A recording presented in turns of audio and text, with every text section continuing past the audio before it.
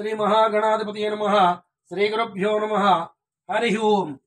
शुक्लांबरधरं विष्णुं शशिवर्णं चतुर्भुजं प्रसन्नवदनं ध्यायेत् सर्वविघ्नोपशान्तये। अगजानन पद्मार्कं गजाननमहर्निशम् अनेकदन्तं भक्तानाम् एकदन्तम् उपास्महे। गुरुब्रह्मा गुरुविष्णु गुरुदेवो महेश्वरः गुरु साक्षात् परब्रह्म तस्मै శ్రీ గురవే నమః। కొన్ని సందర్భాల్లో ఏమవుతుంటుందంటే ఏదైనా ఒక పని ప్రారంభిద్దాం అనుకుంటాం, అంటే ఆ పని ఏదో ఇల్లు కొనుక్కుందామనో, లేదో పరీక్షకో, లేదో ఐఏఎస్ పరీక్షకో, లేదో సివిల్ సర్వీస్కో, లేదో ఏదైనా ఒక పెద్ద పని ప్రారంభిద్దాం అనుకుంటాం. మనం లాస్ట్ దాకా ప్రయత్నిస్తాం.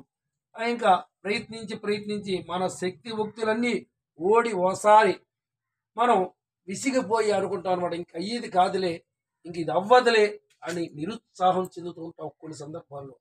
అదేవిధంగా ఇలాంటి హోమ సందర్భాల్లో చెప్పకూడదు, కానీ నేను మీ భక్తుల కోసం ప్రజా ప్రయోజనార్థం చెప్తున్నాను.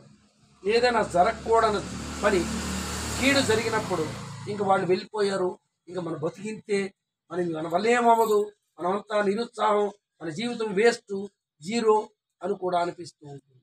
అంటే అభావే విరక్తి, అంటే ప్రయత్నించి ఇంకా అవ్వదులే అని నిరుత్సాహం చెందుతూ ఉంటాం. అలాగే దానివల్ల ఇంకా అలా వెళ్ళిపోయారు, ఇంకా మన జీవితం వేస్ట్లే అని మన బతికింతే, ఇంక వాళ్ళు ఉన్న వాళ్ళని బాగానే నడిచింది, ఇంకా నడుస్తుందా, ఇలాగ అభావే విరక్తి అని అలాగ అనిపిస్తూ ఉంటుంది కొన్ని సందర్భాల్లో.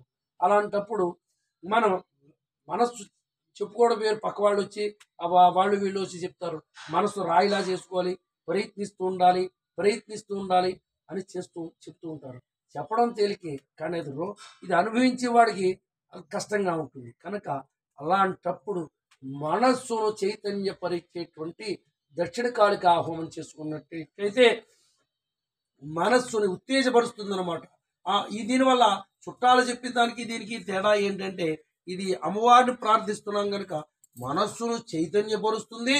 ఇంకోటి ఏంటంటే ఆ రూపాన్ని ఘటనాఘటన సమర్థన అంచేత అవ్వని పనిని కూడా అయ్యేలాగా చేస్తుంది. అందులో చెప్తాడు కదా, అదేంటి వనదుర్గా మంత్రంలో, ఓం త్రీం నిం క్లీం ధుమ్ ఉత్తిష్ట పురుషి కిం స్వపషి భయం మే స్వంపస్థితం ఇది సత్య అసత్యం వా తన్మే భగవతి శమయ స్వహ అంటాడు.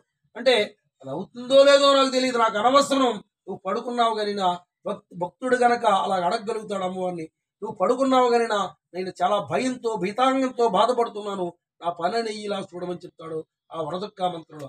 అదేవిధంగా నీ చెప్పిన ఈ మంత్రంలో మనస్సు చైతన్యపరిచేటువంటి ఆ కాళికాదేవి దక్షిణ కాళికాదేవి మంత్రంతో గనక హోమం చేసుకున్నట్టయితే ఇంకా అవ్వదులే, ఇంకా నిరుత్సాహం, ఈ పరీక్ష మనం పాస్ అవ్వం, కాసేపు పరీక్ష అనుకుందాం, ఈ పరీక్ష మన వల్ల ఇది కాదు, మనం ఈ సిఏ పాస్ అయ్యేది కాదు, మనం పాస్ అవ్వలేం అని నిరుత్సాహం చెందినప్పుడు కూడా వాడిని మనస్సును ఉత్తేజపరిచి వాడికి దైవశక్తిని ఇనుపడింపజేసి ఆ పరీక్షలో, ఆ జీవితం అనే పరీక్షలో కావచ్చు, లేకపోతే ఈ సిఏ కావచ్చు, ఐసిడబ్ల్యూ కావచ్చు, ఐఏఎస్ కావచ్చు, విద్యా పరీక్షలో కావచ్చు, లేకపోతే జీవితం అనే పరీక్షలో కూడా బయటపడేసి దైవశక్తిని కలగజేసేటువంటి మనస్సు చైతన్యపరిచేటువంటి దక్షిణకాళికా హోమంతో కనుక మనం హోమం చేసుకున్నట్టయితే ఆటోమేటిక్గా ఓం క్రీం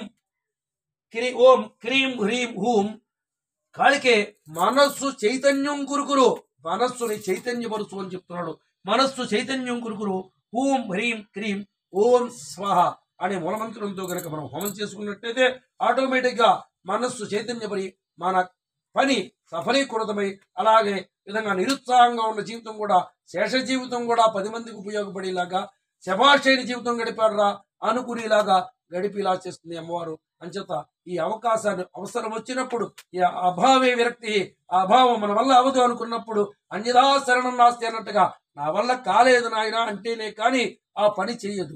అంచేత అప్పుడు ఇలాంటి మనస్సు చైతన్యపరిచేటువంటి ఈ దక్షిణకాళిక హోమం చేసుకోండి. మంగళం గోసలేంద్రాయ మహనీయుగుణాత్మనే చక్రవర్తి ధనుజాయ సార్వభౌమాయ మంగళం సర్వమంగళ మాంగళ్యే శివే సర్వార్థ సాధకే శరణ్యే త్ర్యంబకే గౌరీ నారాయణీ నమోస్తుతే.